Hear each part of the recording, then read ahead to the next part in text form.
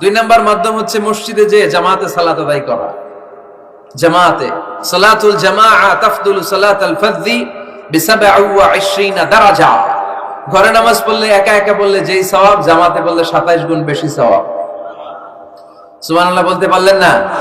হে নামাজি আমার ঘরে নামাজে পড়ো আজ, দিল মে তোমার চরণ তলে হৃদয় যায় নামাজ।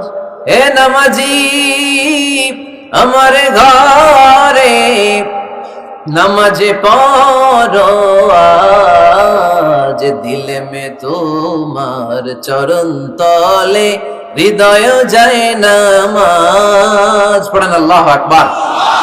কি সুন্দর লিখেছেন কাজী নজরুল ইসলাম। মসজিদ কেমন যেন মসজিদ তার নিজের ভাষায় আল্লাহর কাছে কেঁদে কেঁদে ফরিয়াদ জানায়, আল্লাহ নামাজিরা আমার ঘরে আসে না, কি সুন্দর টাইলস, কি সুন্দর মুসল্লা, কি সুন্দর এয়ার কন্ডিশন, সব আছে কিন্তু মুসল্লি নাই, ঠিক কিনা?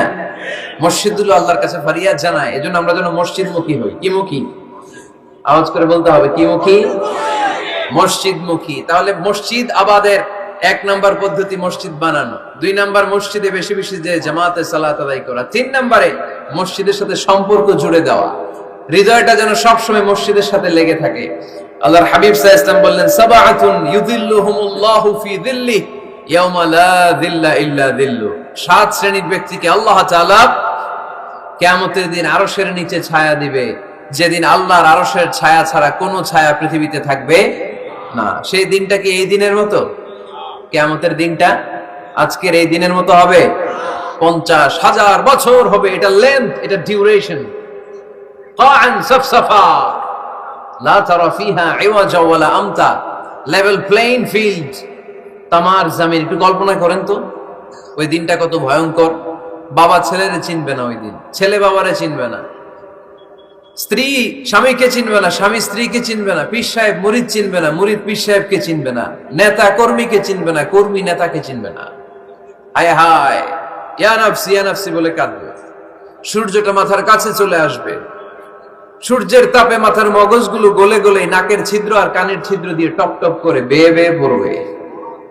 তৃষ্ণায় মানুষগুলো পাগল পাড়া, জিহ্বাটা বের হয়ে নাভি পর্যন্ত ঝুলতে থাকবে। সেদিন সবাই পাগলের মতো ছুটতে থাকবে, কোনো ছায়া নাই আল্লাহর আরশের ছায়া ছাড়া। আল্লাহর হাবিব বললেন, 7 শ্রেণীর ব্যক্তিকে আল্লাহ তাআলা আরশের নিচে ছায়া দিবেন। এর মধ্যে এক শ্রেণীর ব্যক্তি রাজুলুন কলবুহু মুআল্লাকুন বিল মাসাজিদ, ওই ব্যক্তি যার হৃদয়টা সবসময় আল্লাহর মসজিদের সাথে লেগে থাকে। মসজিদের সাথে যার হৃদয় লেগে থাকে তাকে আরশের নিচে ছায়া দিবে কে? আল্লাহ। এজন্য মসজিদের সাথে যেন আমাদের হৃদয়গুলো লেগে থাকে। অনেকেই দেখবেন এত ভালো নামাজি, জোহর পরে টেনশন করে আসরটা কই করবো, আসর পরে চিন্তা করে মাগরিবের সময় আমি কোথায় থাকবো, মাগরিবের সময় টেনশন, ইস এশাটা হয়ে গেলেই তো শেষ। এরকম লোক আছে না নাই?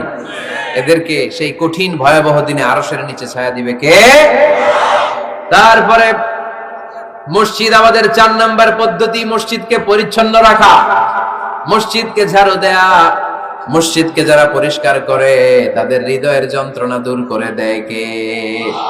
সাইয়েদনা ইব্রাহিম আলাইহিস সালাম এবং ইসমাঈল আলাইহিস সালামকে আল্লাহ তাআলা আদেশ করেছেন, তাহহিরা বাইতিয়া লিত-তাইফিনা ওয়াল আকিফিনা ওয়ার রুকআইস সুজুদ। হে ইব্রাহিম ইসমাঈল, বাপ বেটা দুইজন মিলে মসজিদ ঝাড়ু দাও। কি ঝাড়ু দাও? মসজিদেরি ঝাড়ু বড়দার, ও কামারে হাত শোনো আমারে মুনাজাত। পড়েন, শোনো শোনো ইয়া ইলাহি আমারে মুনাজাত, শোনো আমারে মুনাজাত। পড়েন আমিন। মসজিদ ঝাড়ু দেওয়া মসজিদ আমাদের অন্তর্ভুক্ত। আপনারা কেউ কোনোদিন মসজিদ ঝাড়ু দিয়েছেন নাকি? কে কে দিয়েছেন দেখি? সবাই মসজিদের খাদেম? মাশাআল্লাহ। আমিও দিছি মসজিদ ঝাড়ু, অনেক দিছি। মাশাআল্লাহ, আল্লাহ তুমি কবুল করো। যাদের হৃদয়ে বড় জ্বালা, ফ্যামিলিতে সুখ নাই, শান্তি নাই, তারা হৃদয়ে প্রশান্তি আনতে চাইলে এতিমখানায় যাবেন, এতিমের মাথায় হাত বুলিয়ে দিবেন, এতিমের মুখে খাবার তুলে দিবেন, আপনার হৃদয়টারে নরম করে দিবে কে? আল্লাহর ঘর মসজিদে যাবেন, নিজ হাতে মসজিদটারে একটু পরিষ্কার করে দিবেন, আপনার জীবনটারে উজালা করে দিবে কে? তাহলে এগুলো করার মাধ্যমে আমরা মসজিদের আবাদ করতে চাই।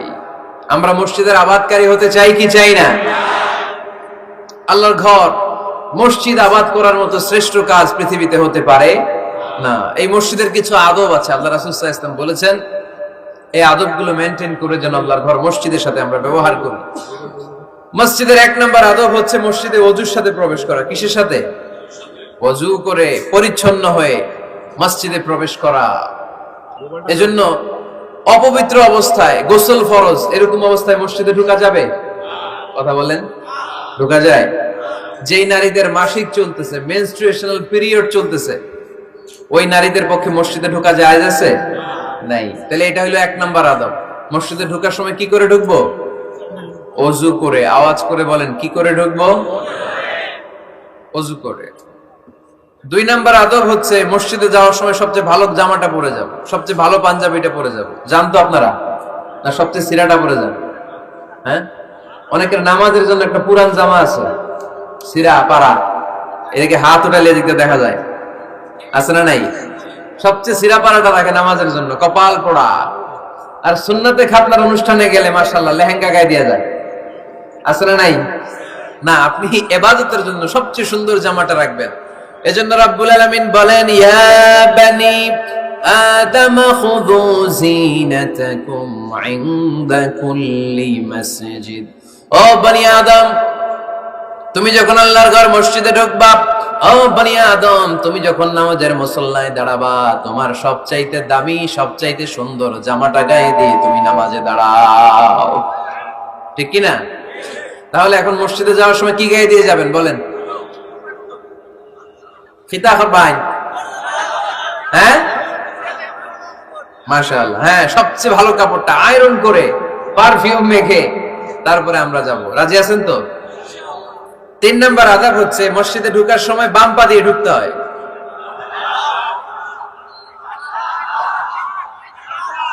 কোন পা? আরো জোরে। এদেরকে গুতা মারা লাগে, নাহলে আওয়াজ বাড়ে না। এরকম ভলিউম টাইট করতে হয়, ভলিউম হাই করলে আর করে বাড়ে। এমনি বলতে চায় না। ঘটনা কি? হ্যাঁ, খায় নাই। বদরের যুদ্ধ হয়েছিল রমাদানে, কোন সাহাবী খায় নাই, না খাইয়া একেবারে সাইজ করে দিছে কাফেরদেরকে। আমরা না খেলেও আমাদের হৃদয়ে ঈমানি শক্তি আছে না নাই? এই তো বোঝা যাচ্ছে ঈমানি শক্তি আছে। এতক্ষণ আছিল কই? তো মসজিদে ঢোকার সময় কোন পা দিয়ে? এগুলো মনে থাকে আমাদের? ভুলে যাই আমরা, খেয়াল থাকে না তো এগুলা। এত কিছু মনের মধ্যে রাখলে এগুলো মনে থাকবে কেমনে? মসজিদে ঢোকার সময় কোন পা? আরো জোরে। বেরোয়ার সময় কোন পা? মনে থাকবে? মসজিদে যখন ঢুকবেন ডান পা দিয়ে ঢুকবেন, আর দোয়া পড়বেন, আউযু বিল্লাহিল আযীম ওয়া বিওয়াজহিল কারীম ওয়া সুলতানিহিল কদীম মিনাশ শাইতানির রাজীম। বিষ্ণু সাল্লাল্লাহু আলাইহি ওয়াসাল্লাম বললেন, যে ব্যক্তি মসজিদে ঢোকার সময় এই দোয়াটা পড়বে, শয়তান আফসোস শুরু করে। সে বলে, হায় হায়, আজকের দিনের জন্য, সারা দিনের জন্য তো তুই আমার ওয়াসওয়াসা থেকে বেঁচে গেলি। আজকের সারা দিনের জন্য তোরে আমি হারালাম, আজকের সারাটা দিন আল্লাহর পক্ষ থেকে প্রোটেকশন নিয়ে তুই বেঁচে গেলি। আজকের জন্য যা, কালকে তোরে আমি ধরবো। এজন্য এই দোয়াটা পড়ার দরকার আছে না? আউযু বিল্লাহিল আযীম ওয়া বিওয়াজহিল কারীম ওয়া সুলতানিহিল কদীম মিনাশ শাইতানির রাজীম। 4টা বাক্যের দোয়া। মুখস্থ করতে কষ্ট হলে যে ইউটিউবে চলে যাবে আজকেই, ওখান থেকে শুনে আপনারা মুখস্থ করে নেবেন।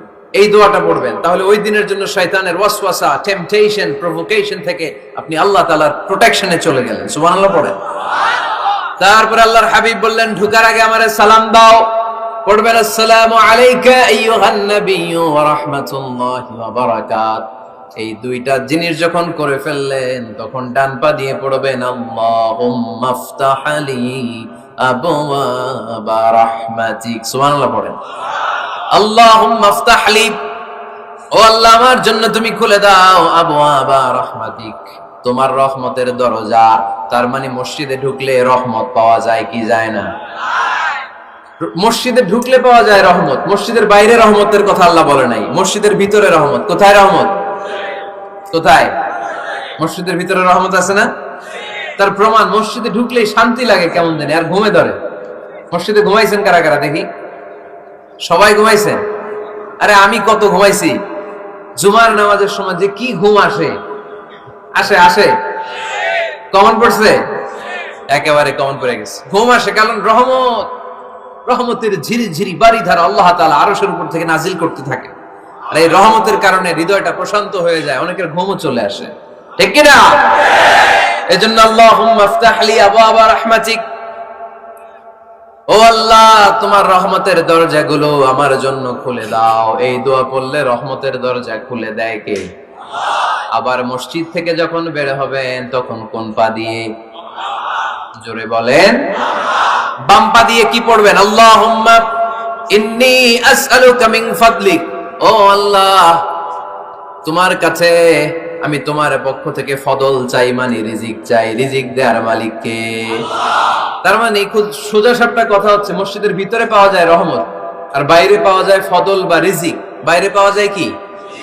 রিজিক। মসজিদের ভিতরে রিজিক আছে। তার মানে সারাদিন মসজিদে বসে থাকলে রিজিক মিলবে? নামাজের সময় নামাজ পড়তে হবে, কাজের সময় কাজ করতে হবে। এটাই হচ্ছে ইসলামের বিধান। নামাজের সময় নামাজ, কাজের সময়। আমি প্রশ্ন করবো, আওয়াজ করে উত্তর দেন। নামাজের সময় কাজের সময়, নামাজের সময় কাজের সময়, এটা মনে থাকবে। এজন্য আল্লাহ বললেন ফাইদা কুদিয়াতিস সালাতু ফান্তাশিরু ফিল আরদি ওয়াবতাগু মিন ফাদলিল্লাহ। যখন তোমাদের সালাত শেষ হয়ে যায়, আল্লাহর রিজিক অন্বেষণের জন্য আল্লাহর জমিনে তোমরা ছড়িয়ে যাও। নামাজের সময় আসবেন, নামাজ শেষ বের হয়ে যান। ফান্তাশিরু ফিল আরদ, জমিনে ছড়িয়ে পড়ো। নামাজ শেষ, চেয়ারম্যান সাহেব চলে যাবে ইউনিয়ন পরিষদের ভেতরে, ছাত্ররা চলে যাবে হাই স্কুলে, মেম্বার অফ দ্য পার্লামেন্ট চলে যাবে সংসদে, সেনাবাহিনীর লোকেরা চলে যাবে ক্যান্টনমেন্টে, ব্যবসায়ীরা চলে যাবে তাদের বাজারে, সিএনজি ওয়ালারা সিএনজি নিয়ে ব্যবসা শুরু করবে, রাস্তায় নেমে যাবে। চিল্লায় বলেন ঠিক কিনা? এটাই ইসলামের বিধান। নামাজের সময় নামাজ, কাজের সময়। আচ্ছা, তাহলে প্রথম সুন্নাত পেলাম, পবিত্র হয়ে ঢুকবো, ভালো জামা পরে ঢুকবো। 2 নাম্বার। 3 নাম্বার, ঢুকার সময় কোন পা? বের হওয়ার সময় 4 নাম্বার, মসজিদে ঢুকে 2 রাকাত। মসজিদে ঢুকে কয় রাকাত পড়েন আপনারা? তাহিয়াতুল মসজিদ, মসজিদে আপনি ওয়েলকাম জানাবেন, ঢুকেই 2 রাকাত পড়বেন, ওযু করলেই 2 রাকাত। আল্লাহর হাবিব সাল্লাল্লাহু আলাইহি ওয়াসাল্লাম মসজিদে নববীতে জুমার খুতবা দিচ্ছেন। খুতবা চলাকালীন সময়ে এক সাহাবী এসে মসজিদের মধ্যে বসে পড়লেন। আল্লাহর হাবিব সাল্লাল্লাহু আলাইহি ওয়াসাল্লাম সাহাবীরে বললেন দাঁড়াও। সাহাবী দাঁড়ালেন। আল্লাহর নবী জিজ্ঞেস করলেন কেন বসে বললা? 2 রাকাত পড়ছো নাকি? সাহাবী বলে পড়ি নাই।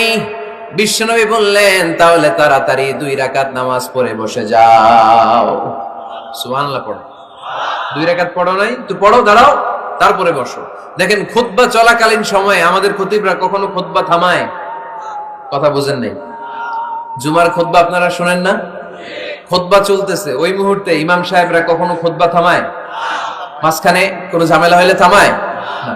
প্রথম খুতবা শেষ, বসে, তারপরে দ্বিতীয় খুতবা। খুতবার মাঝখানে কোনো থামাথামি নাই। কিন্তু আল্লাহর হাবিব সাল্লাল্লাহু আলাইহি সাল্লাম কেমন খতিব ছিলেন